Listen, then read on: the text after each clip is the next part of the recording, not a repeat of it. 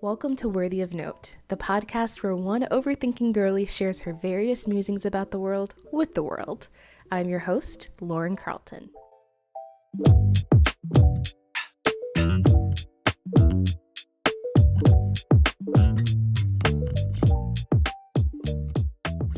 Hello, everyone. Welcome to Worthy of Note.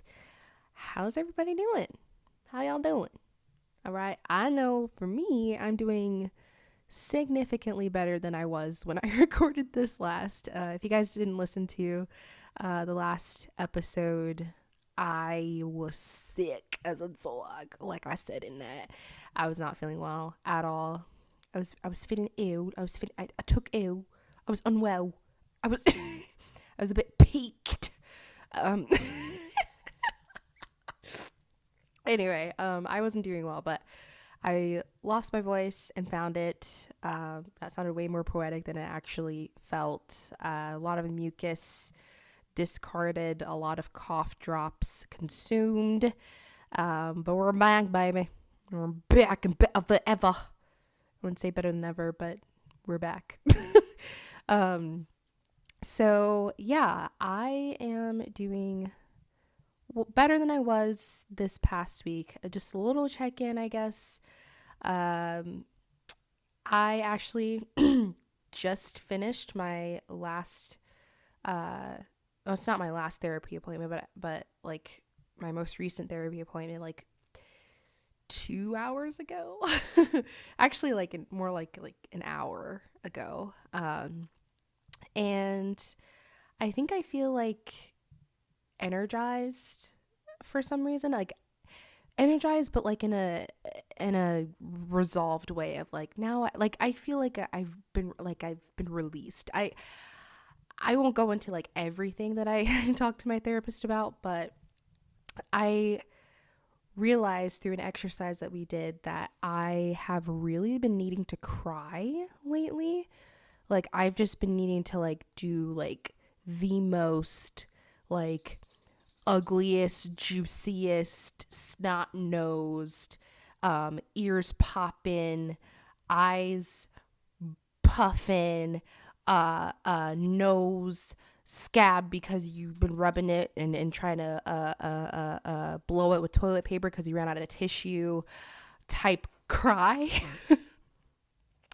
It has been so long since I have had a cry like that. I cried at work like I want to say last week, but like I left before I could like really let it out, and by the time that I got in the car and drove home, I was just like at a sniffle at that point, and I just was like, ugh, like I just need to cry, dude. I don't know, maybe I don't know if like this is other people's feelings about it, but I personally think crying is so therapeutic. I think it's so, I hate that it's not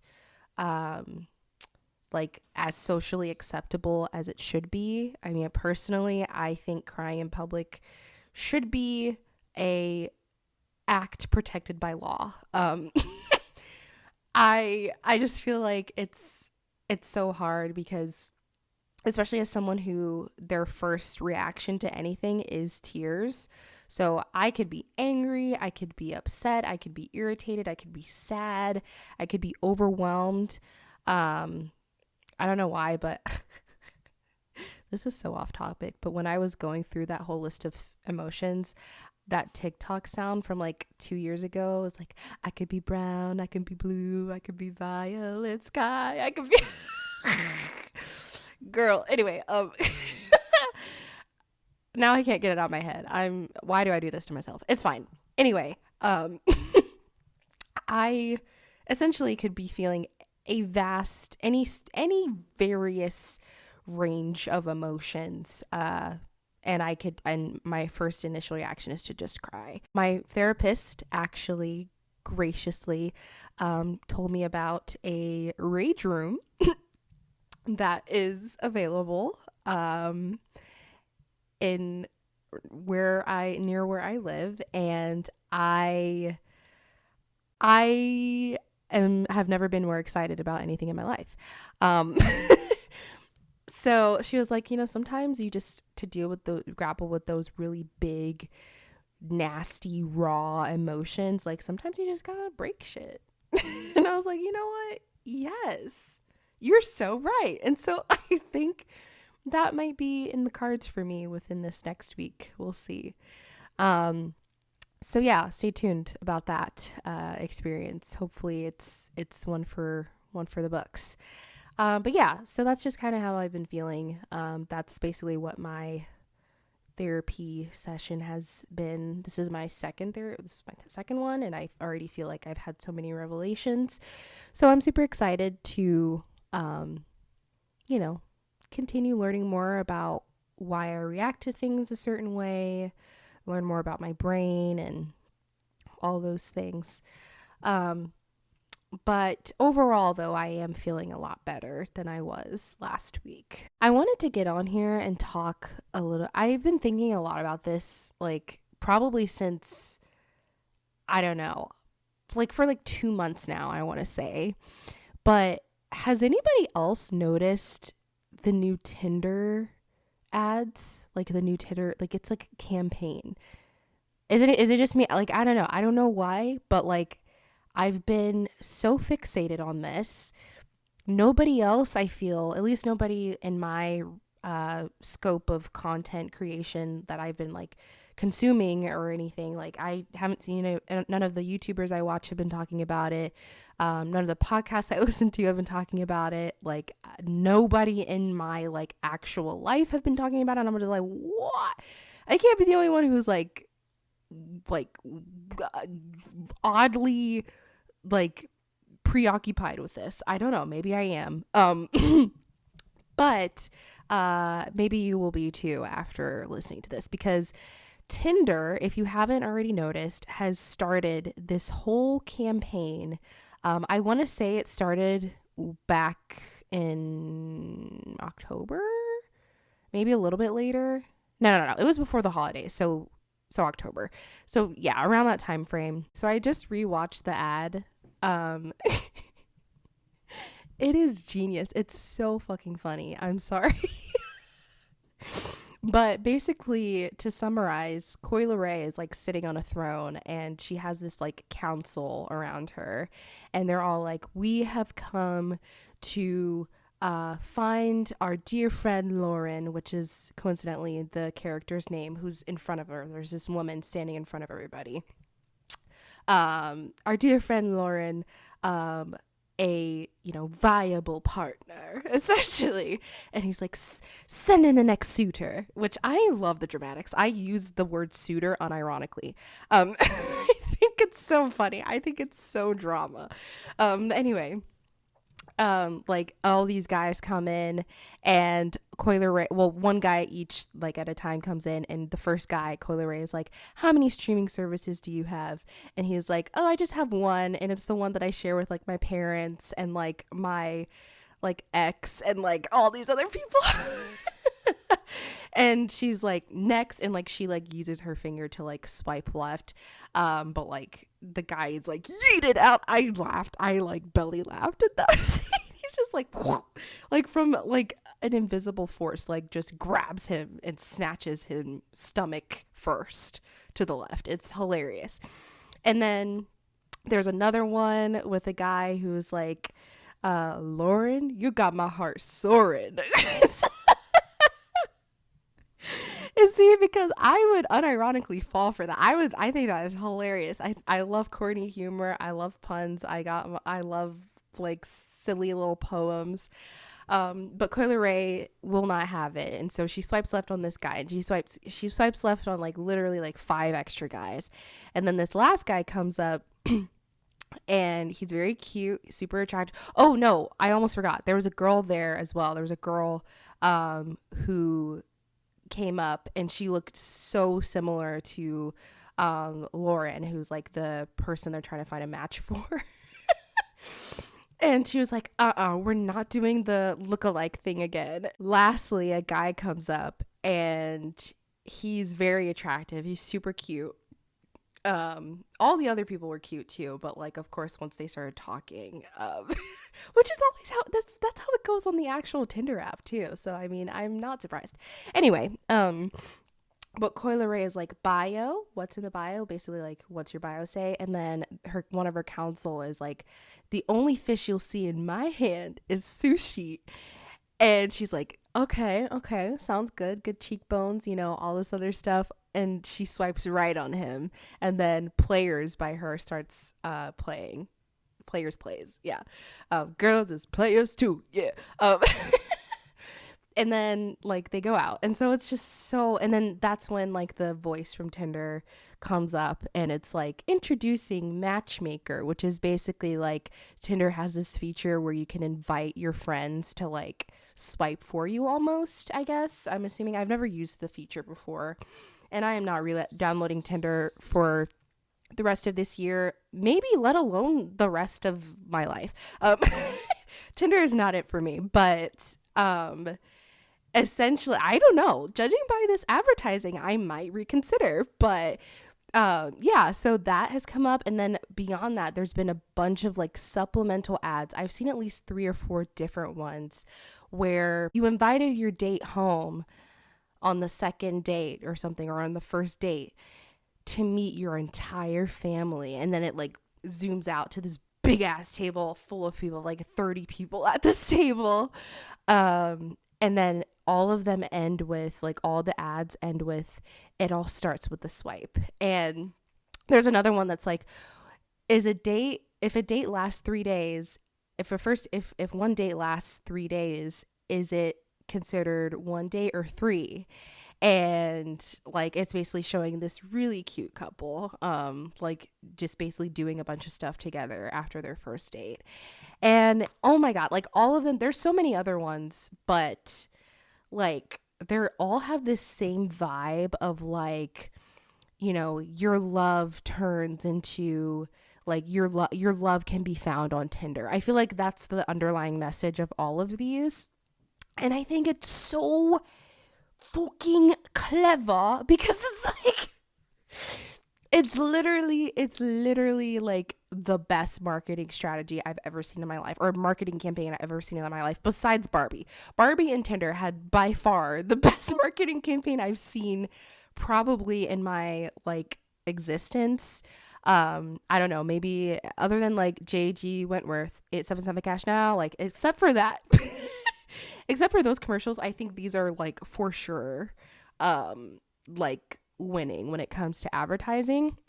And I think it's so interesting though, because Tinder historically and currently still is very much seen as like the hookup app. And like, obviously there are people who have met like their spouses and their current like serious partners on Tinder, but it is very much widely heralded as like this place where if you DTF, like you could go on there and find it very quickly.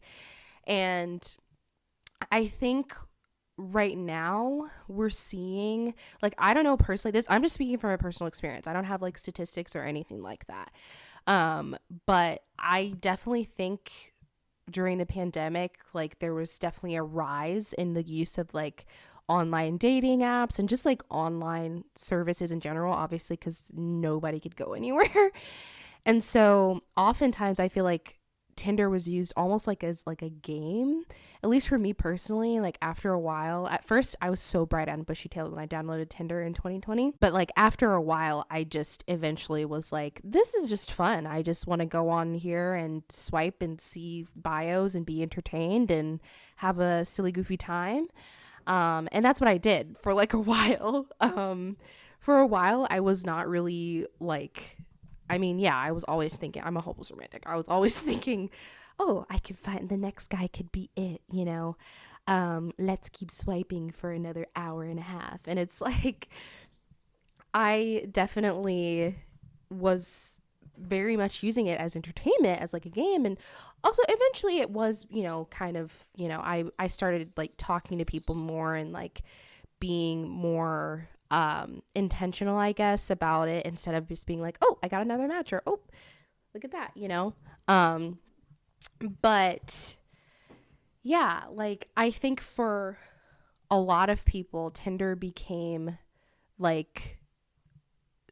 was like super prevalent in a lot of like single people's lives, and just, in general during that time. And I feel like now, like the past 3 years of us, after over a year, if not more, of people being inside, of people not being able to communicate in person and communicate traditionally, now I'm seeing a lot more people, wanting to date in person or doing speed dating or meeting people through mutual friends and craving connection and craving, you know, human contact. And at least for me, I've definitely wanted more human interaction since the pandemic.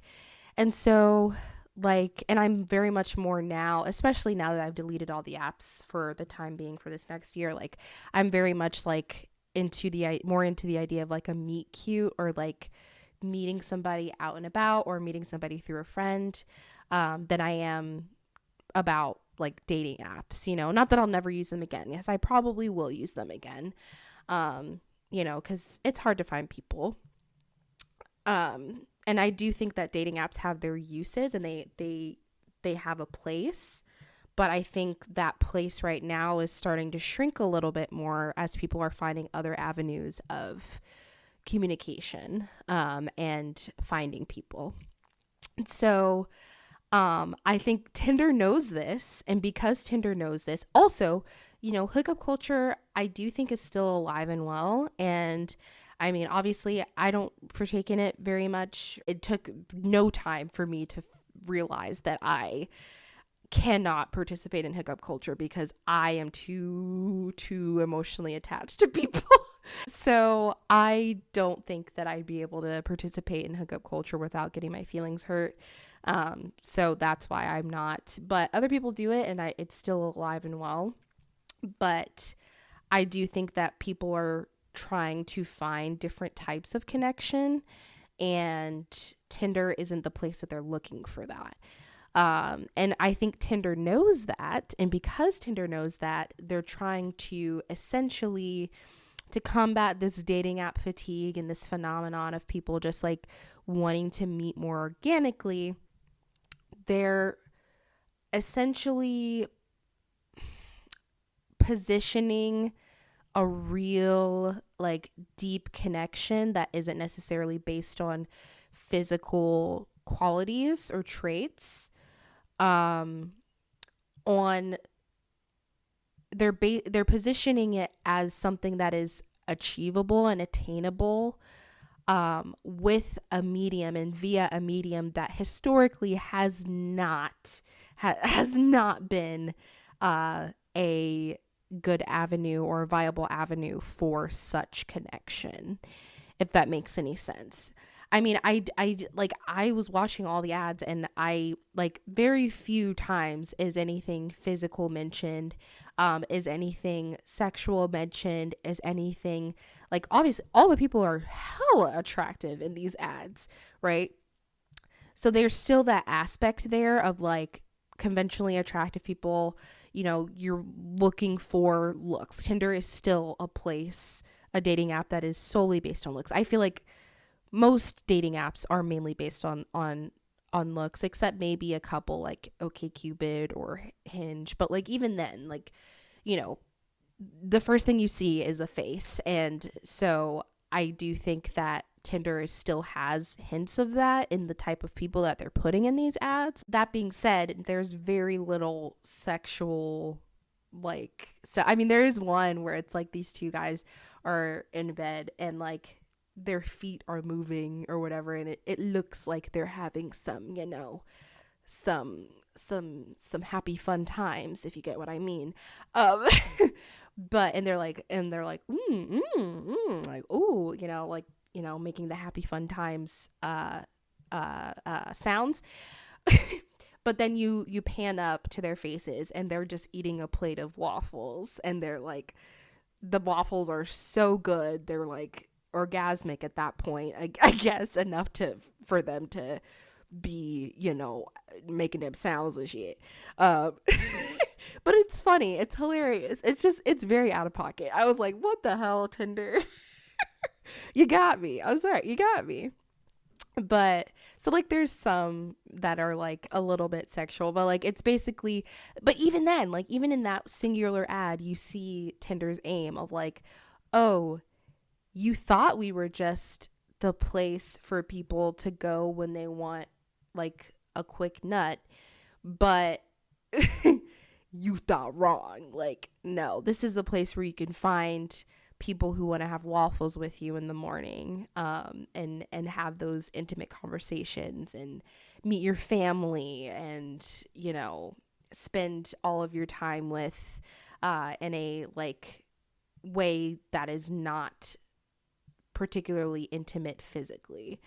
So yeah, I don't know what it is. I don't know who is heading up Tinder, but kudos to you, girl. I like whoever is in charge of the advertising and whoever did this campaign, props to you. I think it's excellent business. I do think it's good because then it's like, I mean, part of me is like I kind of see through it. Like Tinder is still very much that hookup vibe, but and I do think people are still going to predominantly use it for that, but I think as a brand trying to kind of rebrand, if that makes any sense, this is probably some of the most, like, I don't know if successful, but some of the most effective, at least for me, as a consumer, way to kind of go about doing that. I just think, I mean, it's memorable, it's funny, it's got, I mean, they got a-list rapper.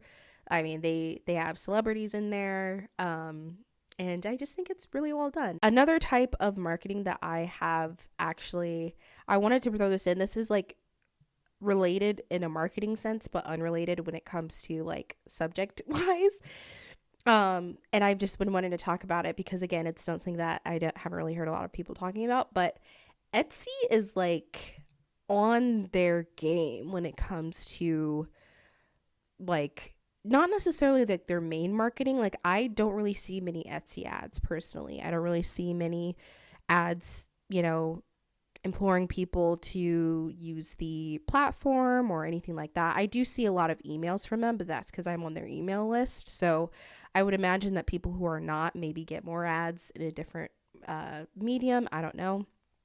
But one thing that Etsy does that has made them stand out to me as a brand and really makes me super optimistic, hopefully, that other brands will start doing this, is Etsy will maybe like a month, a few weeks or so before a major holiday, typically like the big ones like Valentine's Day. I mean, I guess that's not a big one for some people, but like ones that surround being, you know, loved, I guess.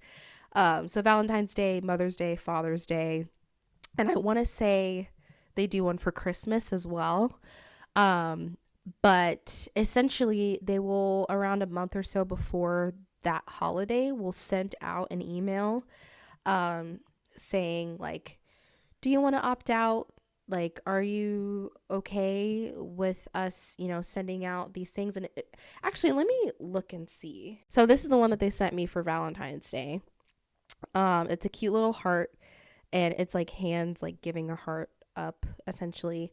And the like subject line for it is not interested in Valentine's emails, question mark. And they in the actual email say, we understand that Valentine's Day can be difficult. To opt out of Valentine's email, simply click below. We'll still send you unique ideas and finds from talented sellers. Take care, your Etsy friends. And then it has a direct like link button to opt out of Valentine's Day emails. I think I might have shed a tear the first time I saw this, but it was for Mother's Day. For those of you who maybe haven't been following me personally or like in my life, or, you know, are not aware, I am estranged from both of my parents and the vast majority of my family, except for my sister. And so like holidays are hell for me.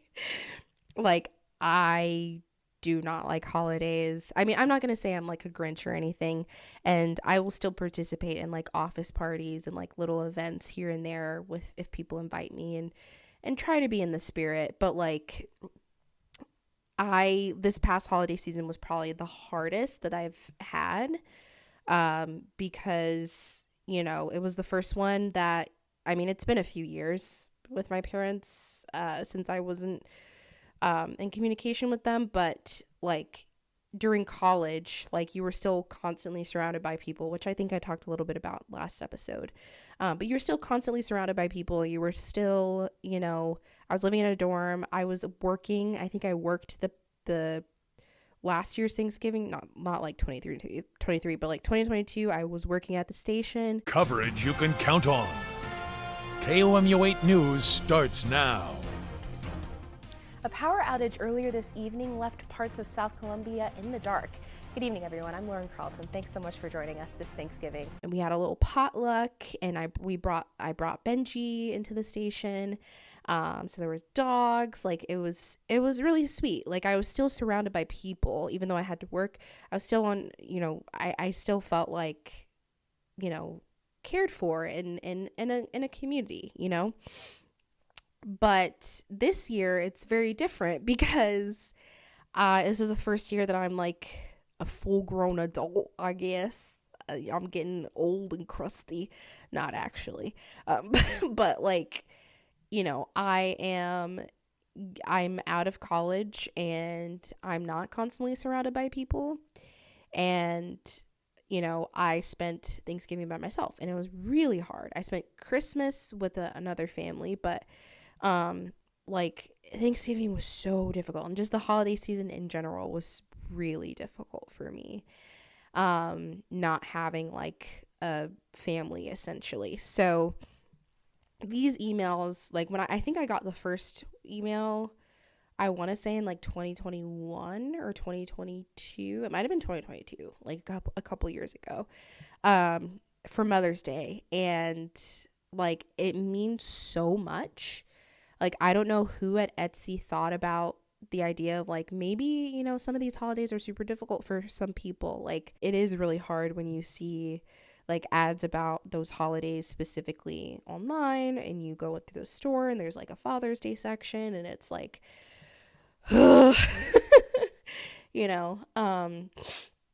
so I think Etsy is genius. I know it's a marketing thing, but I know like whatever person suggested this, like, thank you so much.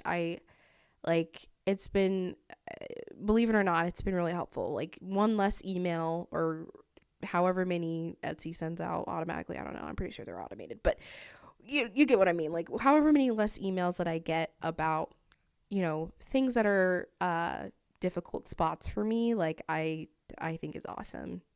And I think it's super considerate. Like, I don't think people realize, like, even during the holiday season, like during the main, I guess the main the main holiday season between like October to January 1st, like, I don't think people realize how like rooted the nuclear family is in society, and in at least in American society.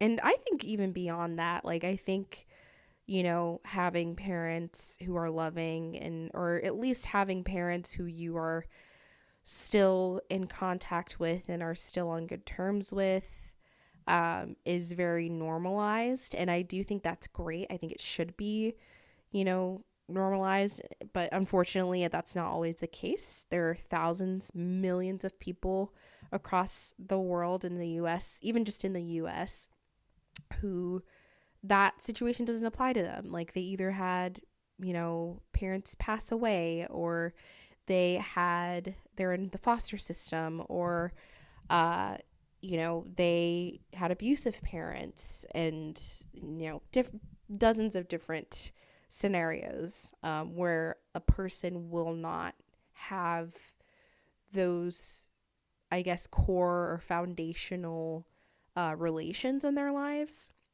at least core and foundational as society sees it. And so I think it's really important for people to be really mindful of when they're talking to people who they may not know, when they're referring to family, to just like be mindful and be like, oh, like I had so many people, and I know they mean well, because, and I don't hold this against them at all, because this is literally like they didn't know, they were not, it was not in their knowledge. But I've had so many people be like, oh, so like, what do your parents do, or where do your parents live? And I'll be like, oh, well, or they'll ask me like, oh, where are you from? And I'm like, oh, well, I moved around a lot. I was a military kid. Or, I'll be like, oh, I'm from Colombia. I live here. And they're like, yeah, but like, where are you from? Like, where do your parents live? Because that, in a lot of people's minds, is synonymous with what home is. Like, home is where your parents are, right? And that's not always true. That's not always the case. So I feel like it's super, like, the gesture that Etsy has taken to make sure that they're seeing and hearing the people who are not in the position that's typical or traditional, I think is honestly beautiful. And I'm like ranting and raving about Etsy and Tinder. I know that every single corporation has its flaws, of course, but these are just two, well, Etsy specifically, type of marketing that I think are both genius and also incredibly considerate. And I love it, and I'm super happy about it. Another thing that I want to talk about today, just briefly, I don't know, maybe briefly, I don't know. So recently, like, as in like today, basically, I was scrolling through Instagram, and I saw a post that made me really sad, like super sad. And I will read it to you guys. There's a lot of, extra content this episode. I love it. Excerpts. We'll love to extra read all about it. Yeah. I follow this woman, Jamie Karoma. She is great. She's a body positive influencer and fashionista. She's super beautiful and great at what she does. But she posted today, body positivity is no longer trending. According to Google searches, body positivity interest saw its biggest increase around the pandemic, but has since decreased, while weight loss has had a sudden increase since 2022. During 2020 to 2022, many gained weight due to the stress, anxiety, and confinement of the pandemic. And while the memes and fat jokes started, there was also an influx of self-love content on our feeds. But fast forward to today, and weight loss drugs are on the rise. Phrases like legging legs are trending. Fat phobia in comments is only increasing. Brands are no longer offering plus sizes, but still pandering. And some body positive creators are now actively pursuing weight loss, even sharing ideologies that they once condemned. So where do we go now? For many of us, this place was and is more than just a trend. Or this space, was and is more than just a trend. It was finally saying, I'm done with diet culture. I'm done hating my body and trying to adhere to outdated beauty standards. We refuse to go back to that dark time, that feeling of never feeling enough and punishing ourselves for simply existing. So this was a really powerful post. I know I said I've cried, like I almost cried in these times, and I literally did. That's what that's what I'm saying. Like, it's just underneath the surface. Like, one or two really bad things or even moderately upsetting things happen and I'm waterworks. So but like, this genuinely, like, really made me feel something. And I personally, I am plus size. I am considered, fun fact, considered obese by the BMI. But another tidbit to add to that information is that the BMI was created in the late 1800s based only on the bodies of white men. So does not take into account any of the differences racially, as well as gender wise when it comes to how weight is distributed and how weight is held. So yeah, there's that. Okay. So just some food for thought. Okay, pun intended. I have dealt with body image issues for most of my life. I have always been a little bit bigger. I developed super early. I had like boobs and a butt since I was 10. And as you can imagine, that definitely led to some sexualization of minors, terrible stuff. But I definitely experienced a lot of bullying, a lot of negative comments, some even within my own family of, weight related issues, essentially. Um, so I have a lot of history with stuff like this. Right now, I'm probably the most confident in my that I've ever been, and I'm also the largest I've ever been. But I have seen recently some of that confidence wavering, and I wonder if maybe it does have a little something to do with the whole like thin is in type of deal that is happening right now.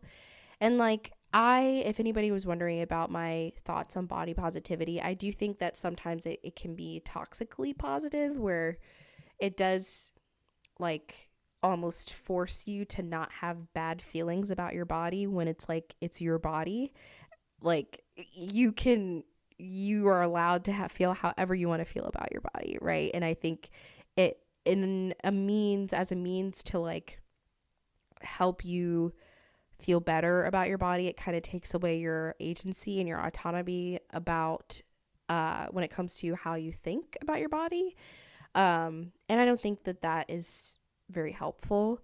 I definitely am more on the side of like body acceptance, body neutrality, body positivity too. I do think, it's great to celebrate different bodies and different sizes and shapes.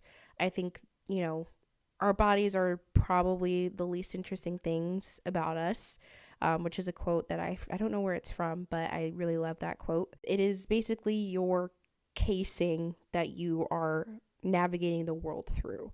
And obviously, there's a lot of connotations to your body. If you are a certain skin color, if you are a certain size, if you are presenting your sexuality in a certain way, or your gender in a certain way. So obviously, those are very important factors that are not to be taken lightly.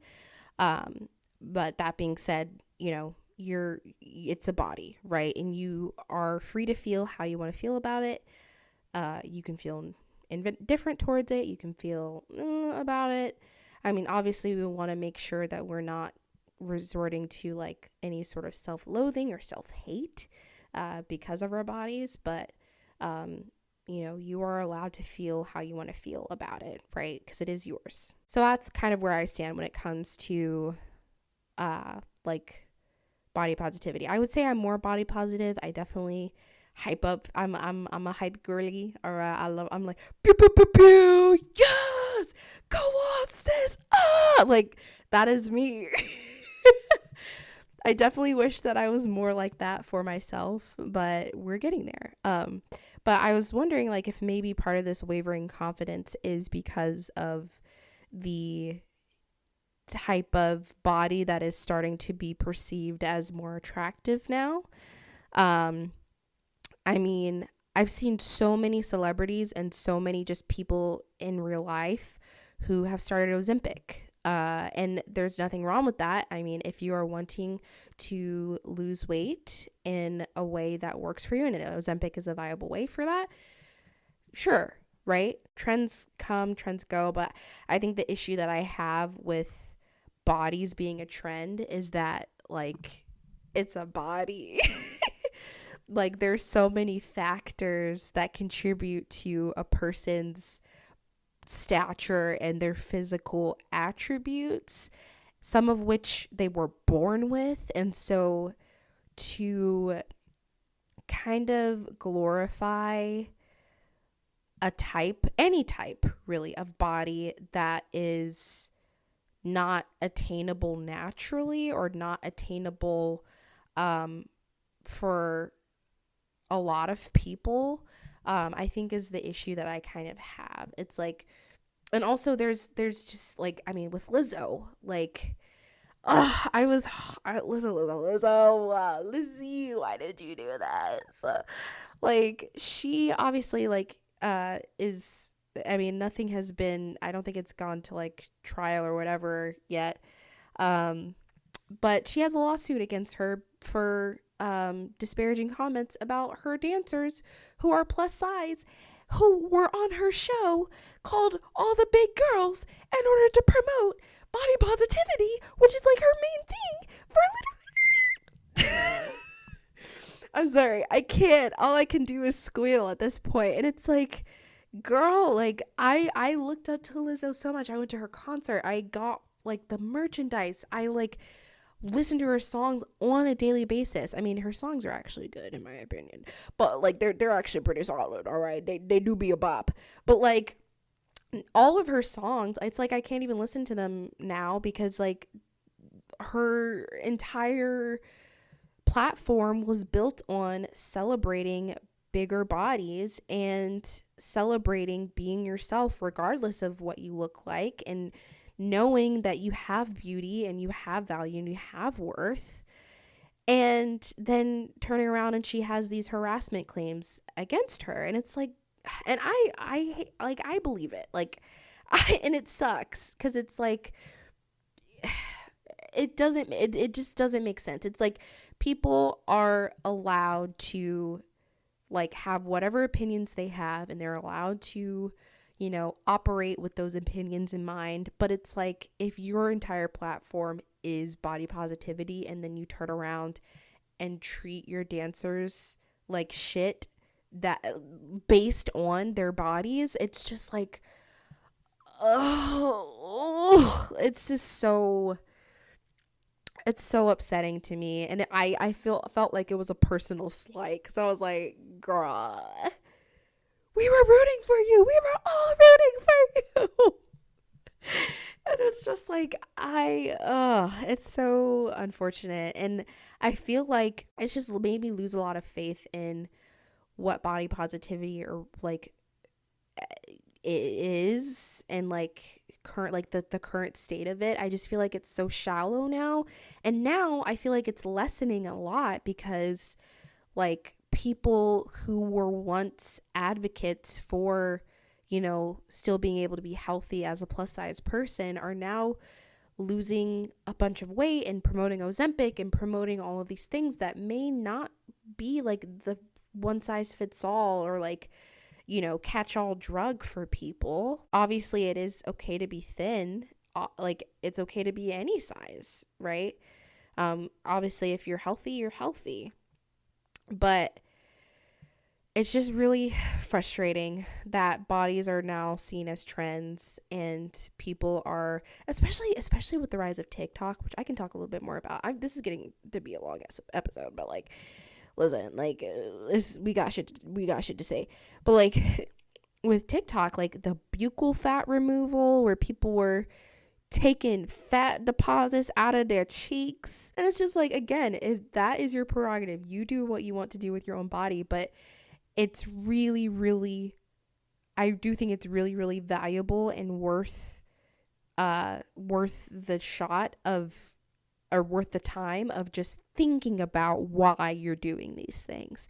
Is it for health reasons? Is it for, you know, aesthetic reasons? Is it for social status? Like, think about these things and why you're doing these things, and then decide if you are okay with those reasons. And if you are, go for it. But if you're not, then maybe put the scalpel down and put the Ozempic needle down, and just like do some reflection, you know what I mean? And I don't know, it's just, there's so many thoughts I have about this. I just feel like I'm devolving into like a fit of despair because it's like, I don't know, man. As I also, on the other hand, I don't think celebrities really owe it to anybody to like explain. They're constantly in the public eye, and like every little thing is scrutinized.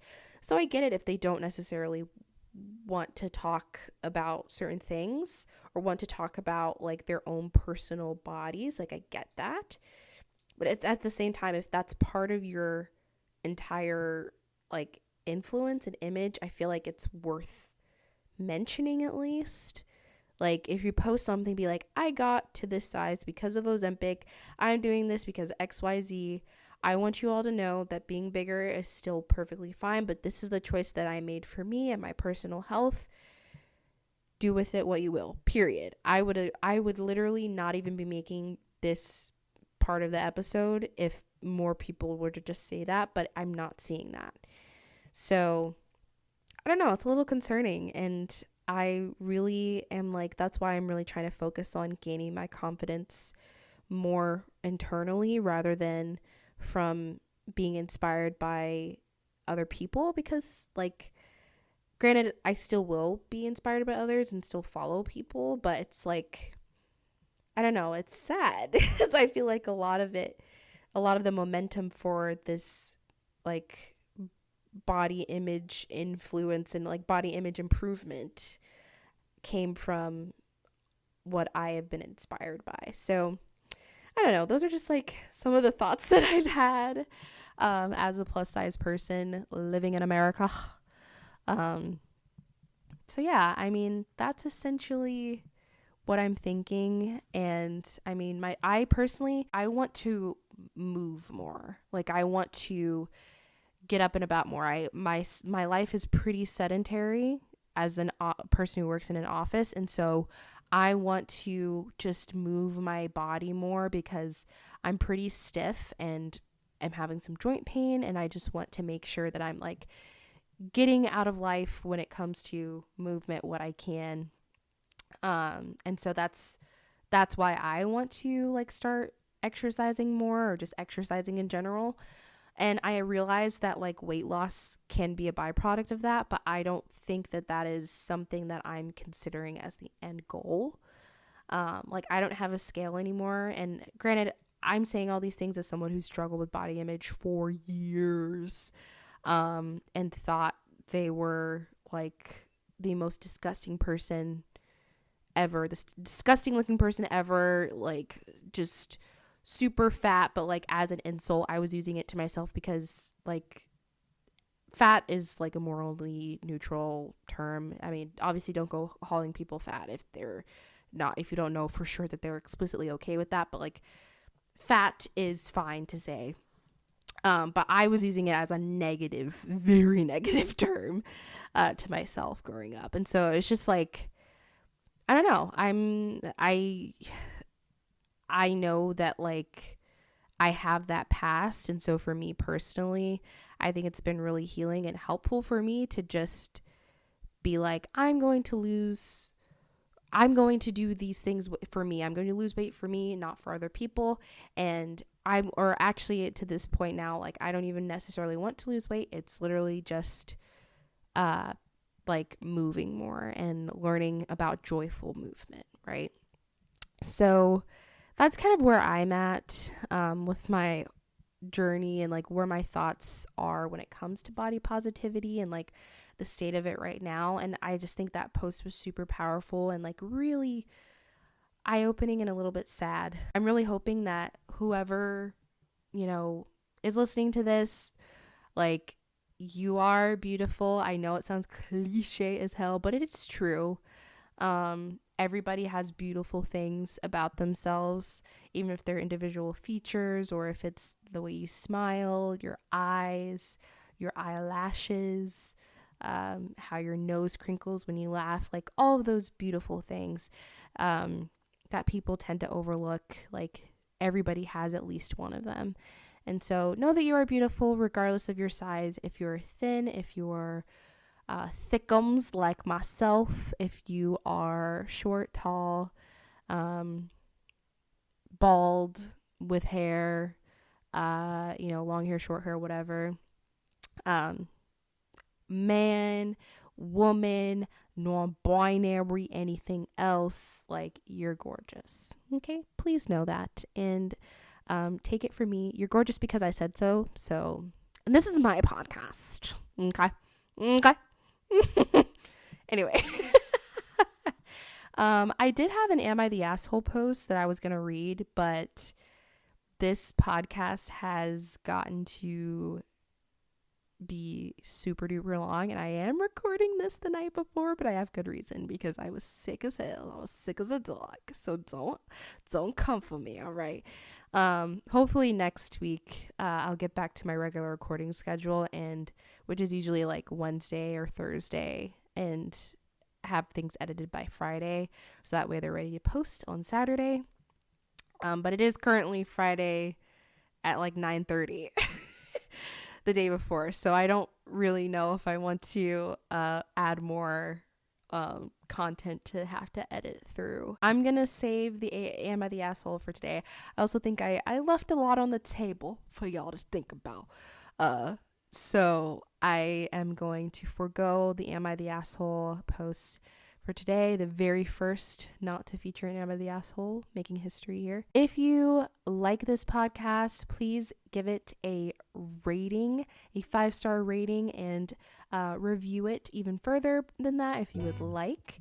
Follow me at Worthy of Note Pod on Instagram, and if you want to go ahead and follow my personal Instagram, do that as well. It's right there in the bio. You ain't got no excuse. Just go do it, okay? I will see you guys next week. Bye-bye.